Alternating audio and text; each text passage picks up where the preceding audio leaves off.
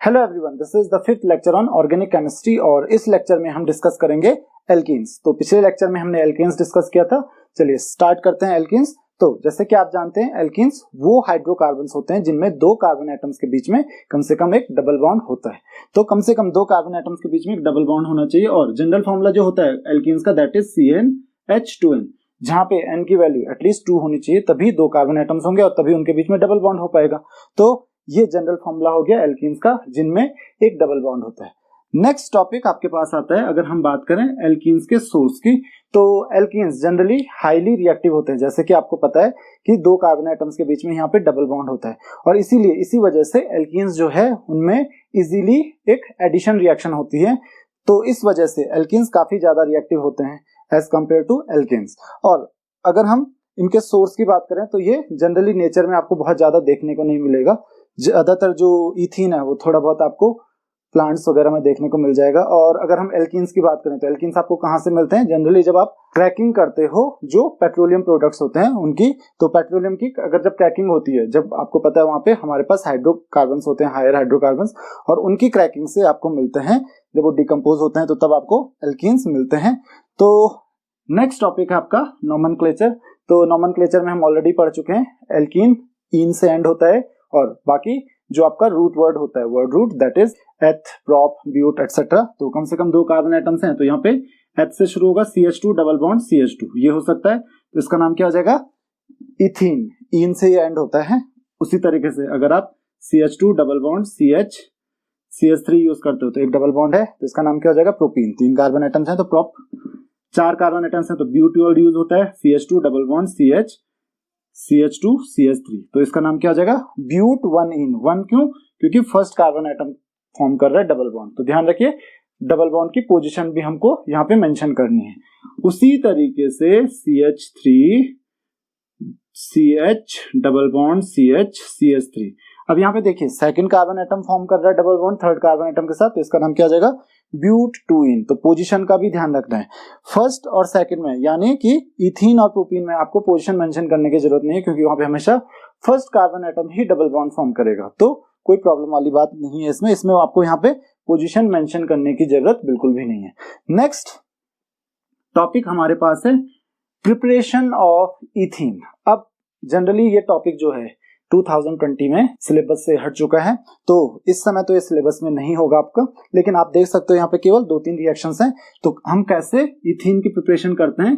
तो सबसे पहले हम डिहाइड्रेशन कर सकते हैं इथेनॉल का। तो इथेनॉल आपको पता है C2H5OH, तो इस तरीके से इथेनॉल का फॉर्मूला होता है CH3 CH2 और OH। तो इसका डिहाइड्रेशन, उसके लिए हम क्या करेंगे? एक डिहाइड्रेटिंग एजेंट यूज करेंगे। और वो डिहाइड्रेटिंग एजेंट कौन है? वो है कंसंट्रेटेड सल्फ्यूरिक एसिड। तो कंसंट्रेटेड सल्फ्यूरिक एसिड की हेल्प से हम क्या करते हैं? इससे वाटर रिमूव कर सकते हैं, क्योंकि आपको पता है डिहाइड्रेटिंग एजेंट जो होते हैं उनकी बहुत एफिनिटी होती है, बहुत ज्यादा एफिनिटी होती है टुवर्ड्स द वाटर। तो ये क्या करेगा? वाटर को एब्जॉर्ब कर लेगा, वाटर को रिमूव कर देगा यहाँ से, और ये क्या फॉर्म करेगा? तो ये हो गया आपके पास इथेनॉल। इथेनॉल से हमने क्या फॉर्म किया? इथेनॉल से ये H2 रिमूव किया, तो ये देखिए ये डबल बॉन्ड बना देगा, क्योंकि कार्बन के 4 बॉन्ड तो होंगे ही, तो यहाँ पे डबल बॉन्ड हो जाएगा। तो ये क्या बना देगा? इथीन बना देगा। उसी तरीके से बाय डिहाइड्रोहेलोजिनेशन ऑफ ब्रोमोइथेन। तो ब्रोमोइथेन क्या होता है? जहां पे एक ब्रोमीन होता है, तो डिहाइड्रोहेलोजिनेशन, डी मतलब रिमूवल किसका? हाइड्रोजन, और हेलोजन, हेलोजन कौन है यहाँ पे? ब्रोमीन है। क्लोरीन भी हो सकता है, क्लोरोइथेन भी हो सकता था वो। तो हम यहाँ पे यूज करते हैं, ध्यान रखिए, एल्कोहलिक पोटेशियम हाइड्रोक्साइड। यहाँ पे ये एल्कोहलिक होगा, तो एल्कोहलिक पोटेशियम हाइड्रोक्साइड आप यूज करोगे तो ये क्या करेगा? डिहाइड्रोहेलोजिनेशन करेगा। आपको एक्वस पोटेशियम हाइड्रोक्साइड यूज नहीं करना है, अभी बताऊंगा मैं कि क्यों यूज नहीं करना है। तो यहाँ पे एल्कोहलिक KOH यूज करोगे तो देखिए कैसे रिएक्शन होती है, यहाँ से हाइड्रोजन और ब्रोमीन दोनों रिमूव हो जाते हैं। अगेन ये CH2 डबल बॉन्ड बन जाएगा, यहाँ पे सिंगल का डबल हो जाएगा क्योंकि 4 बॉन्ड्स उसको कंप्लीट करने हैं। और उसके साथ देखिए ये OH जो है, ये OH कंबाइन होता है इस H के साथ, और ये Br जो है Br इस K के साथ कंबाइन हो जाता है, तो आपको मिलेगा KBr। तो पोटेशियम ब्रोमाइड आपको सेपरेट मिल जाएगा। The next is dehydrogenation of ethane. तो डिहाइड्रोजिनेशन, अगेन डी वर्ड जहां पे आता है रिमूवल, किसका, हाइड्रोजनेशन, डीहाइड्रोजनेशन बोला है। हाइड्रोजनेशन मतलब एडिशन ऑफ हाइड्रोजन, डीहाइड्रोजनेशन मतलब रिमूवल ऑफ हाइड्रोजन। तो यहाँ से अगर इथेन से आप 2 हाइड्रोजन एटम्स रिमूव कर दो तो इथीन मिल जाएगा आपको, और उसके लिए हमको चाहिए होता है कैटलिस्ट। कैटलिस्ट कौन कौन होते हैं यहाँ पे, सिलिकॉन डाइऑक्साइड या एल्यूमिनियम ऑक्साइड, ये दोनों आपके पास क्या है, कैटलिस्ट है। और कैटलिस्ट के साथ इसको हम क्या करते हैं, हीट करते हैं लगभग 500 डिग्री सेल्सियस तक। तो ये इथेन को अगर आप हीट करोगे तो ये फॉर्म करेगा इथीन, तो ये आपको इस तरीके से इथीन मिल जाएगा। तो ये कुछ रिएक्शंस हैं जहां से आप प्रिपेयर कर सकते हो इथीन। नेक्स्ट टॉपिक आपके पास आता है केमिकल प्रॉपर्टीज ऑफ इथीन। तो केमिकल प्रॉपर्टीज से पहले हमारे पास है फिजिकल प्रॉपर्टीज। तो फिजिकल प्रॉपर्टीज, इथीन क्या होती है, एक गैस होती है जो रूम टेम्परेचर पे गैसेस फॉर्म में ही रहेगी, और इसका जो ओडर होता है काफी प्लीजेंट ओडर होता है। अगर इसकी सॉल्युबिलिटी की हम बात करें तो ये जितने भी हाइड्रोकार्बन्स होते हैं बहुत ज्यादा सॉल्युबल नहीं होते हैं वाटर में, क्योंकि ये नॉन पोलर कंपाउंड्स होते हैं, तो इसकी वजह से इनकी सॉल्युबिलिटी वाटर में बहुत कम होती है। देन केमिकल प्रॉपर्टीज की बात करें हम इथीन की, तो सबसे पहले यहाँ पे हम बात करेंगे, क्योंकि इसमें इजीली क्या हो जाती है, एडिशन रिएक्शंस हो जाती है, तो एडिशन रिएक्शन की बात करते हैं। Catalytic hydrogenation. अब कैटालिटिक हाइड्रोजनेशन का मतलब क्या है कि कैटलिस्ट की हेल्प से हम इसमें हाइड्रोजन ऐड करते हैं। मैंने बोला था ना, हाइड्रोजनेशन का मतलब एडिशन ऑफ हाइड्रोजन। तो हाइड्रोजन जब हम इसमें ऐड करते हैं तो क्या होगा, CH2 डबल बॉन्ड CH2 है, ये डबल बॉन्ड ब्रेक होगा और एक हाइड्रोजन इसके साथ अटैच हो जाएगा, दूसरा हाइड्रोजन इसके साथ अटैच हो जाएगा, तो क्या बनाएगा, CH3 इथेन बना देगा। तो इथेन से हमको क्या मिल जा रहा है, इथेन मिल जा रहा है। और कैटलिस्ट ध्यान रखिए, निकल या फिर प्लेटिनम आप कैटलिस्ट यूज करोगे यहाँ पर, और इसको लगभग 300 डिग्री सेल्सियस पे हीट किया जाता है। दूसरा है आपके पास हेलोजिनेशन। अब ये हेलोजिनेशन मतलब एडिशन ऑफ हेलोजन।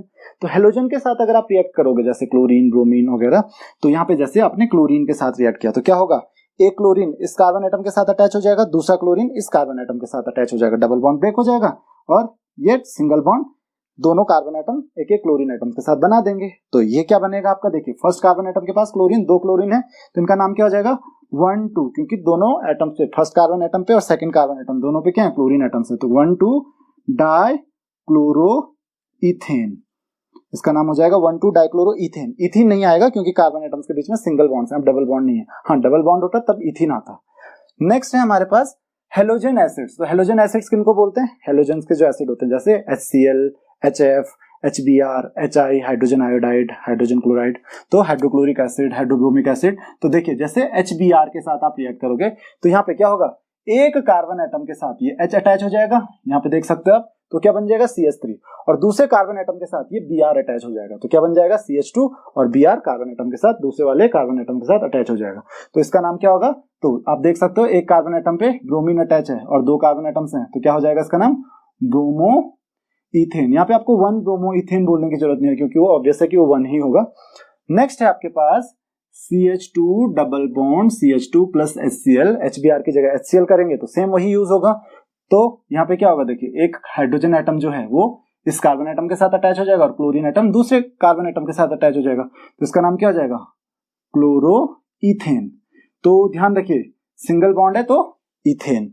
उसी तरीके से अगर आप इस क्लोरो इथेन या ब्रोमो इथेन को एक्वस KOH के साथ ट्रीट करते हो, ध्यान रखिए एक्वस, तो एक्वस KOH के साथ अगर आप ट्रीट करते हो इसको, तो ध्यान रखिए यहाँ पर इस तरीके की रिएक्शन नहीं हुई। देखिए अगर आप एल्कोहलिक KOH के साथ ट्रीट करते हो तो अगर एल्कोहलिक होता तो एक तरफ से इधर वाला H और Cl दोनों रिमूव हो जाते और फिर से एल्कीन बना देता, इसीलिए हम यूज करते हैं एक्वस KOH। तो एक्वस KOH से क्या होता है, ये OH और ये क्लोरीन यहाँ पे क्या हो रहा है, यहाँ पे सब्स्टिट्यूशन हो रहा है, तो OH क्या कर रहा है, क्लोरीन को सब्स्टिट्यूट कर रहा है, तो ये क्या बना देगा, एल्कोहल बना देगा, दैट इज इथेनॉल, और ये K और Cl सेपरेट हो जाएंगे तो पोटेशियम क्लोराइड अलग हो गया।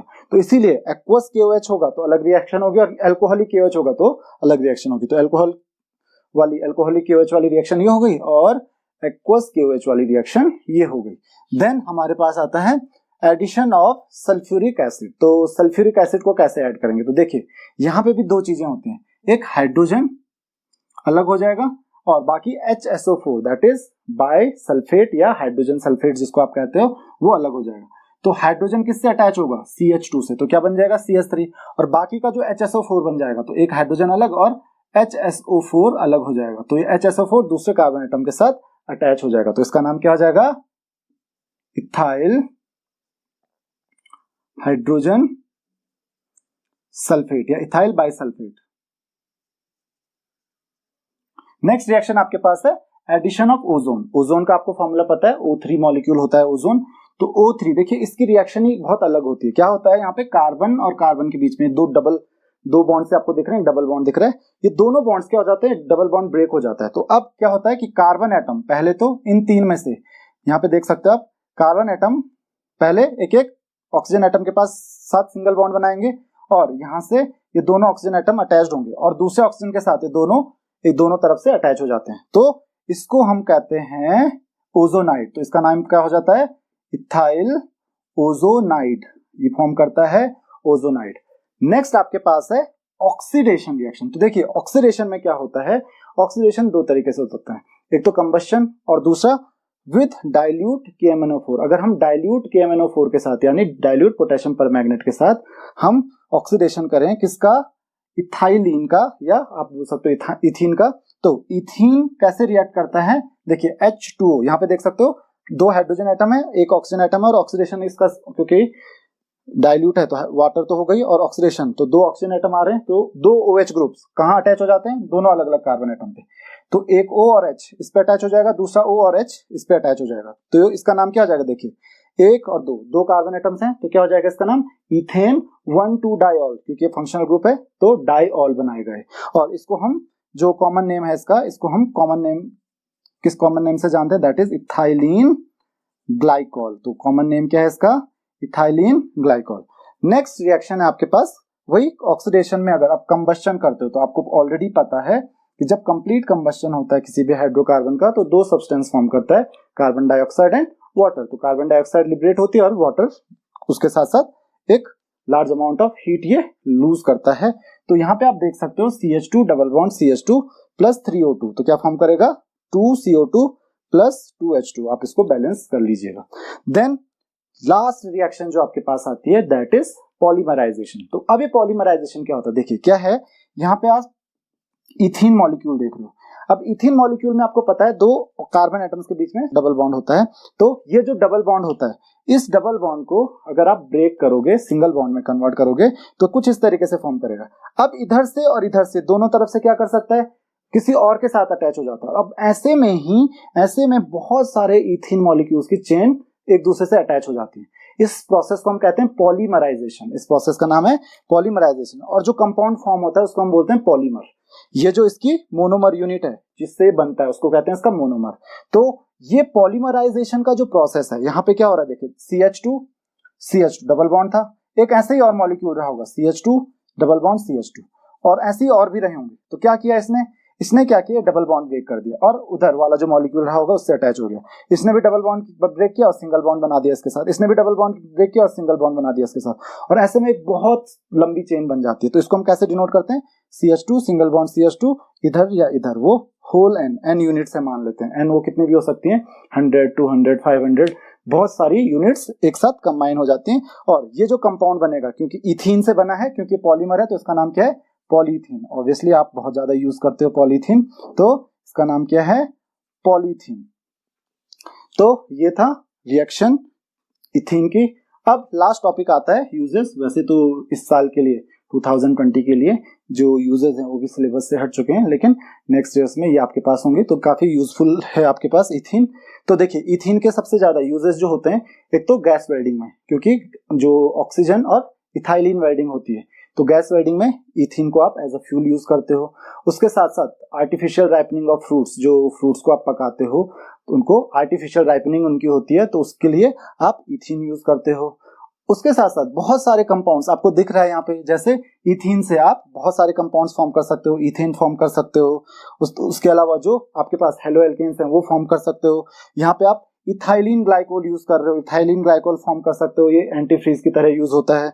और पॉलीथीन तो बहुत ज्यादा यूज होता था अब तक, तो पॉलीथीन आप प्रिपेयर कर सकते हो। तो इतने सारे यूजेस हैं इथीन के। तो इस लेक्चर में इतना ही। आई होप कि आपको ये टॉपिक समझ में आ गया होगा। अगर आपकी कोई भी क्वेरीज हैं तो आप मुझे कमेंट्स में पूछ सकते हैं। Thank you very much.